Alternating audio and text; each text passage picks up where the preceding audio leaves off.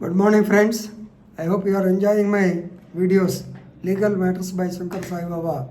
During this pandemic period, every day I have been making one or two videos which are useful in legal aspects, particularly as regards the constitutional and statutory material. I am not going towards the political side, which I am not interested.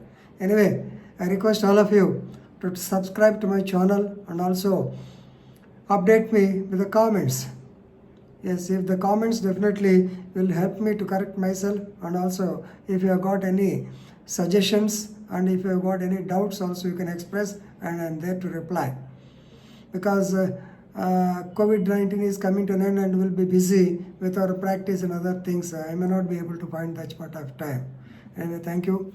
So our today's topic is regarding a stranded most wanted criminal of Germany in Delhi airport. This is the subject for discussion today. So, Mr. Edgar Zeibert, EDGAR, Edgar Zeibert, Z-A-I-B-A-T, Z-E-I-B-A-T. He is a German national, aged about 40 years. He was held up in the international airport, Indira Gandhi International Airport of Delhi, from March 18th. This man came from Vietnam on way to Istanbul. Now you can understand. He came from Vietnam to Delhi. From Delhi, he is supposed to go to Turkey, Istanbul. Right? That is his flight route. But when he reached Delhi, there was announcement of this so-called lockdown and shutdown. Therefore, the international services, airport services, they have been cancelled, and as such, he is not able to move from the airport. Of course, he did not get a visa to go into India. So he was stuck up in the lounge of the international airport. So he has seen a secluded place in the international airport, and he is taking rest there. He is staying there. He is chatting with the airport authorities or duty staff. He is taking food from the food courts of the Delhi airport. And of course, some of the staff of the airport, they are giving him fresh clothes, and I think they supplied him food also. He is having money, but he doesn't have food. That too, German man having Indian food is difficult for him. Anyway, this has become his routine work. So somehow the media came about the same, and they have asked the airport authority, and they have confirmed that the presence of the so-called German national by name Edgar Zeibert. Now, I think you might have seen the film. In 2004 it came. Steven Spielberg, he has co-produced the film. It is called The Terminal. In this Terminal, Tom Hanks was the hero, and he played the role of the protagonist Nowarsky, Victor Nowarsky, and he arrived New York's John F. Kennedy Airport, and he was stuck up there. He was not allowed into America since he was not given a passport of America, and he cannot go back to his country, Croatia or something. So because there was a military coup, so he was stranded up here, and Mr. Dixon, the man, he wanted to arrest him, but he did not commit offense. Of course, national spirit, so many things, it's a comedy thing. That film is there. So real meets real life story. Same story is now repeated here. So this German, so having committed some offenses in Germany, he wanted to get back to, he wanted to take a route to Istanbul. Of course, the criminal cases are pending against him. We don't know whether they were charge sheeted or not. Other things we do not know. Anyway, he was stranded there. So now, having come to know about the same, the airport authorities got in touch with the German embassy. So they informed the presence of a German national, and of course he has given all the details. His details are very much available. Only thing is he was held up because of the non-availability of the flights. Right, okay. Now the German embassy or the officials came to the airport to meet him, but he was actually hesitated against them. He did not cooperate with them, and he did not want to go to Germany. Actually, the countries they have started lifting away their personnel who were stranded in other countries. Likewise, German had a special flight to Berlin, and these people wanted to take him to Berlin, for which he refused. Actually, he was aggressive and misbehaved with the embassy officials also. As regards Turkey, there was a special flight to Turkey also, Istanbul, they have to go, but they did not allow him because the flight was meant only for the stranded people, that too the Turkish people only, not for others.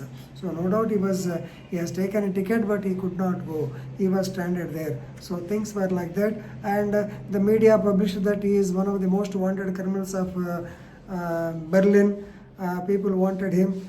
I don't know what happened. Anyway, please now we have to take into consideration of the legal aspects.